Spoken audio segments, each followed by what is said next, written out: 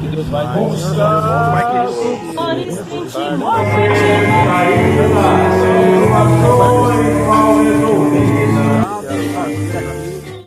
Uma boa noite, a paz do Senhor a todos. Deus depois uma passagem na mente, no coração, né, por assim dizer, de nós meditarmos essa noite, né, que fala sobre Moisés. O capítulo 34 de Deuteronômio, né, Deuteronômio 34 diz assim, ó: Então subiu Moisés às campinas de Moabe ao Monte Nebo, ao cume de Pisga, que está defronte de Jericó. E o Senhor mostrou-lhe toda a terra, desde Gileade até Dan, e todo Naphtali, toda a terra de Efraim, e Manassés, e toda a terra de Judá, até ao mar último. E o sul é a campina do vale de Jericó, e cidades das palmeiras até Zoar. E disse-lhe o Senhor: Esta é a terra que jurei a Abraão, Isaque e Jacó, dizendo: A tua semente a darei, mostro-te para veres com os teus olhos, porém para lá não passarás. Assim morreu ali Moisés, servo do Senhor, da terra de Moabe, conforme o dito do Senhor. Pois bem, aqui vemos que Deus só mostrou-lhe, né, como é bem conhecido dos leitores da Escritura Sagrada, ele apenas viu a terra, né, mas não pôde entrar, não chegou a passar para lá. Se voltarmos à mesma página, aqui pelo 32, versículo 31, Deus diz a Moisés: Porquanto prevaricaste contra mim no meio dos filhos de Israel, nas águas de contenção em Gades, no deserto de Zin, pois me não santificastes no meio dos filhos de Israel. Opa! Aqui nos dá a resposta. Muito sabemos, e claro, que houve uma desobediência de Moisés, né? Se formos voltar lá em Êxodo 15, começa ali, né? As águas de Mara, o povo tem sede após passar o Mar Vermelho, né? E querem água. Águas são amargas. Moisés fala com Deus. Deus diz para ele pegar uma vara qualquer que estava ali por perto e jogar sobre a água se tornou-se doce, né? Ali começou a primeira vez. Mas mais à frente, né, nós vamos ver ali pelo capítulo 17 que o povo novamente tem sede, murmura novamente, né, como foi murmurar a primeira vez, com saudade do Egito, da servidão.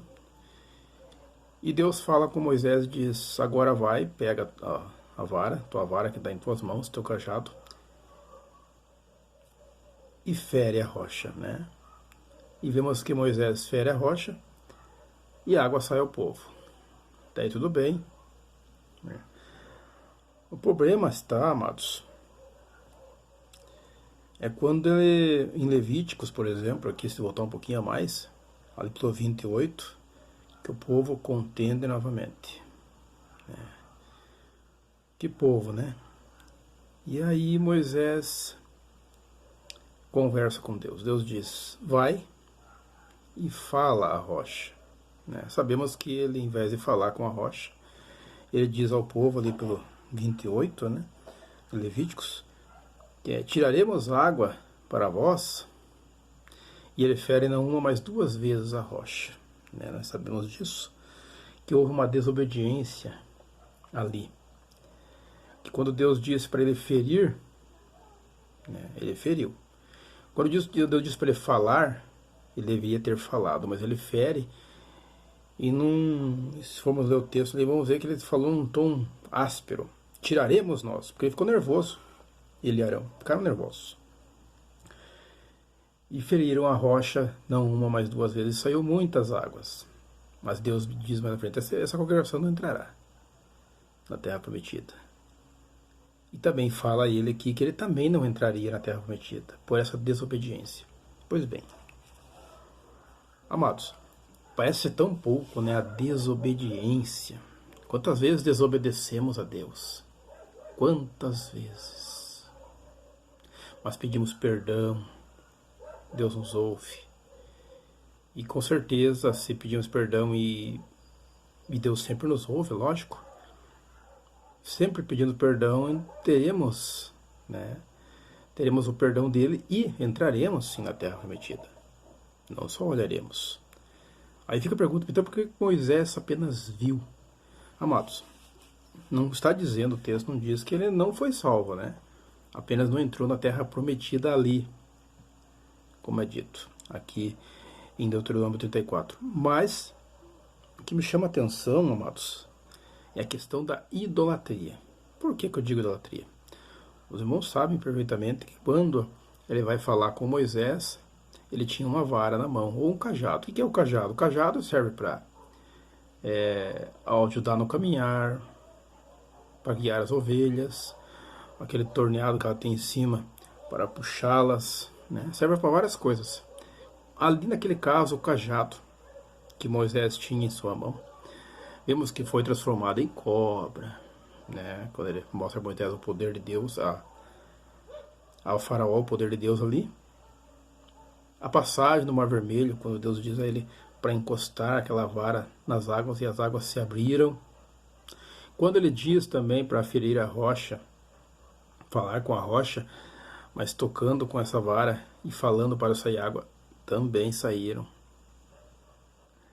Mas quando ele diz ali para falar e ele fere 2 vezes com essa vara, amados, vemos ali que essa vara tornou-se uma espécie de idolatria para com o povo.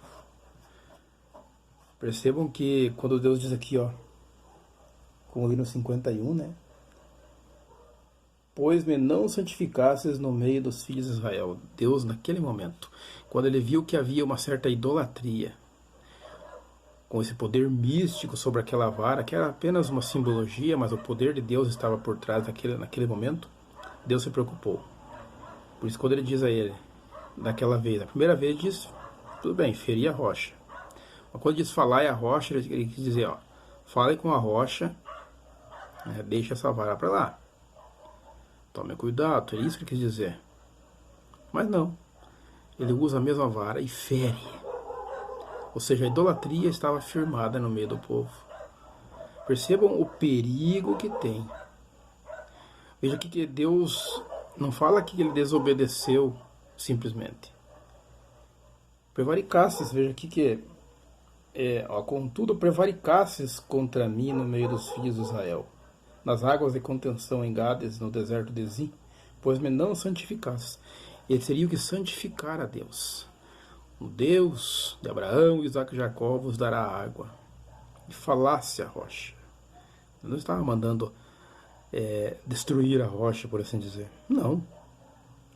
Houve uma desobediência e uma certa idolatria, ou seja, aquele cajado se tornou-se algo místico que com certeza levaria o povo a pecar gravemente dali para frente. Sabemos a história da sarça das serpentes de metal, né? Vemos que o povo estava morrendo. Houve uma serpente de metal para que todo aquele que olhasse, né, a serpente olhasse para ela, né, seria sarado. Mas à frente sabemos que ela teve que ser destruída, porque se tornou-se algo de idolatria para com o povo.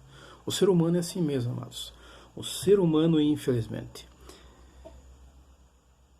ele não toma cuidado com aquilo que se sobrepõe entre ele e Deus. Vamos usar de um exemplo nos dias de hoje, trazendo a palavra de hoje. Por cuidado temos que ter, tanto em obedecer, tanto em tomar cuidado com aquilo que fica entre nós e Deus, né? Que nos separa, por assim dizer. Por exemplo, se você... Primeira coisa que tem que tomar um cuidado, quando você é para ir a uma igreja, um exemplo, e você descobre que vai ser o pregador, por exemplo. Vamos dar um exemplo assim. Ah, mas não é tal pregador, e aquele é pregador, não vou. Aí um outro dia, você descobre que aquele pregador irá voltar novamente, né, pregar ali. Mas você não vai poder ir por um motivo ou outro, mas você faz de tudo. Você fica preocupado por não poder ir aquele dia, porque no outro dia não se preocupou-se. E aí foi levantada uma barreira aqui e ali, para que você não fosse, e você deu um jeito e outro, chegou até atrasado, mas conseguiu ir. Idolatria. Percebam? Idolatria por um pregador de palavra. O que eu quero dizer para os irmãos? Se uma criança, uma mulher, um homem, uma pessoa estudada, que esteja uma boa desenvoltura para pregar, que tenha um bom estudo teológico, por assim dizer, ou uma pessoa que não tenha muito estudo, uma pessoa que cita de cabeça as palavras porque ela não tem uma boa leitura, porque ela decorou quando alguém pregou ou disse para ela, a palavra é a mesma, ela não muda. Eu sempre alerto os irmãos para tomar esse cuidado com essa idolatria muitas vezes no meio do povo. Pregador X eu quero ver, pregador X eu não quero ver. Pregador X lota a igreja, pregador X não lota a igreja. Entende? É a mesma palavra que ele vai pregar, apenas porque Deus usa ele de uma forma e aquela pessoa de outra forma, mas a palavra é a mesma. Percebem a idolatria que muitas vezes se gera no meio do povo? Isso é apenas uma das idolatrias. Há várias idolatrias. Há pessoas que... Aí entra a questão de gostos, né? Eu não vou em tal igreja porque o culto é muito calmo. Eu não vou em tal igreja porque o culto é muito fervoroso, barulhento. Amados, a palavra deve ser pregada. Como eu falei agora, a gosto, sim. Se você prefere uma igreja que seja fervorosa, amém. Uma igreja mais calma, amém. Mas nunca denigra. Eu conheço pessoas que não vão a igrejas fervorosas, mas denigrem a imagem da mesma. Não vão a igrejas calmas, mas denigrem a imagem da mesma. Para quê? Olha a idolatria. Eu só vou na minha igreja porque somente a minha igreja vai ser salva, porque a minha igreja é isso. Porque... Não. Deus virá buscar um povo escolhido, remido, lavado no sangue de Jesus, não salpicado, lavado. Então perceba, amados, que a idolatria, infelizmente, naquele tempo, simples cajado, né? Além da desobediência, mas vemos ali, o que nos chama a atenção é essa vara, né? Que era usada em todo o tempo e se tornou-se algo de idolatria. Tem que tomar esse cuidado. Então vemos aqui, amados, que se você tiver, quem sabe, quase caindo nesse pecado da idolatria, tome cuidado. É um pecado gravíssimo. Um pecado que desagrada a Deus. Ele tem o pecado da idolatria como prostituição ao padrão dele. O padrão de Deus é muito alto, amados. É muito alto. Por isso que somos salvos pela graça em Cristo Jesus. Nós mesmos. Que o padrão de Deus é altíssimo. Mas pela graça em Cristo Jesus, que morreu por mim e por você, nós somos salvos. Percebem? Não podemos esquecer disso, que o único que deve ser adorado, venerado, é Jesus, é Deus, né? O ato de venerar e idolatrar é a mesma coisa, né? Alguns eu só venero, não adoro, né? É a mesma coisa. Venerar, respeitar, como diz, pessoa respeitável. Tá um passo da idolatria, já é idolatria. Ao venera o pregador, você está adorando o pregador. Porque se a palavra que ele irá pregar, um exemplo, é a mesma que uma pessoa humilde, que não tem leitura, vai pregar, Deus vai falar através das duas pessoas a mesma coisa. A questão está em se você está com o ouvido aberto para ouvir a mensagem, ouvir a palavra. Nem mesmo Deus vindo pessoalmente falar com essas pessoas que agem dessa forma, eles não ouvirão. Porque em seu coração já está firmado aquela idolatria. Fulano de tal somente fala, fulano de tal não fala. Não, Deus usa quem Ele quer, da maneira que Ele quer. Lógico, né? Temos que tomar um cuidado com os seus frutos, né? Às vezes a pessoa tem um fruto terrível. E não é ela pregar o que ela vive, ela viver o que prega, né? Mas infelizmente, para viver o que se prega não é fácil. E para pregar o que se vive é mais pior ainda. Então prega a palavra. E viva de acordo com o que Deus manda. E pronto. Todos erramos? Sim. Passivos erros todos somos. Não há melhor pessoa para te conhecer como se estou bem próximo de você. Lá fora, você pode ter mudança. Pode estar se santificando todos os dias. Lá fora, para pessoas que estão te vendo, você tem uma mudança. Na empresa, na rua, aonde você estiver. Mas dentro da tua casa. Há muitos erros, muitas vezes, que somente os seus, esposa, esposo, familiares, filhos, né? Os mais próximos, sabem. Mas você está melhorando todos os dias. Santo mesmo é só Jesus. Nós somos santificados nele, né? Amém? Então que essa palavra possa tocar mais no teu coração para você tomar esse cuidado. Tanto na desobediência como na questão de algo que separa você de Deus, que é a idolatria. Sobre qualquer coisa. Que eu citei sobre pregadores, lógico, né? Sobre igrejas também, X e Y, né? Mas há várias coisas que podem se tornar seu ídolo. Várias e várias coisas. Casas, carros, até mesmo filhos, familiares, até mesmo isso pode se tornar uma idolatria.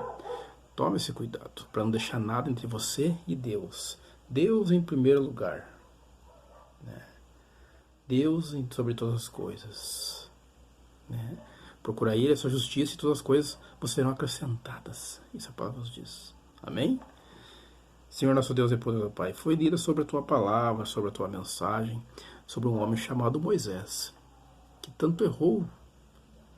Foi aquele que conduziu o seu povo, obedeceu a sua voz em partes, obedeceu o seu ídolo, mas em alguns pontos ele acabou por, infelizmente, a desobedecê-lo. Mas eu creio por fé que veremos ele um dia lá no céu.